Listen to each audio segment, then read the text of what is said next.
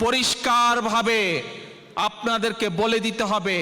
আমিও বলছি নির্বাচন কমিশনকে যে এই যে জনগণের ভোট চুরির যে পরিকল্পনা করছেন, শুধু জনগণের ভোট চুরির পরিকল্পনা, একই সাথে ইভিএম কেনার নামে জনগণের যে 4,000 কোটি টাকা তছরূপ চুরির যে পরিকল্পনা করছেন, এর থেকে সাবধান করে দিচ্ছি নির্বাচন কমিশনকে। যদি করেন, গুনে গুনে জনগণ জবাব নিবে। আজকে আমার লক্ষ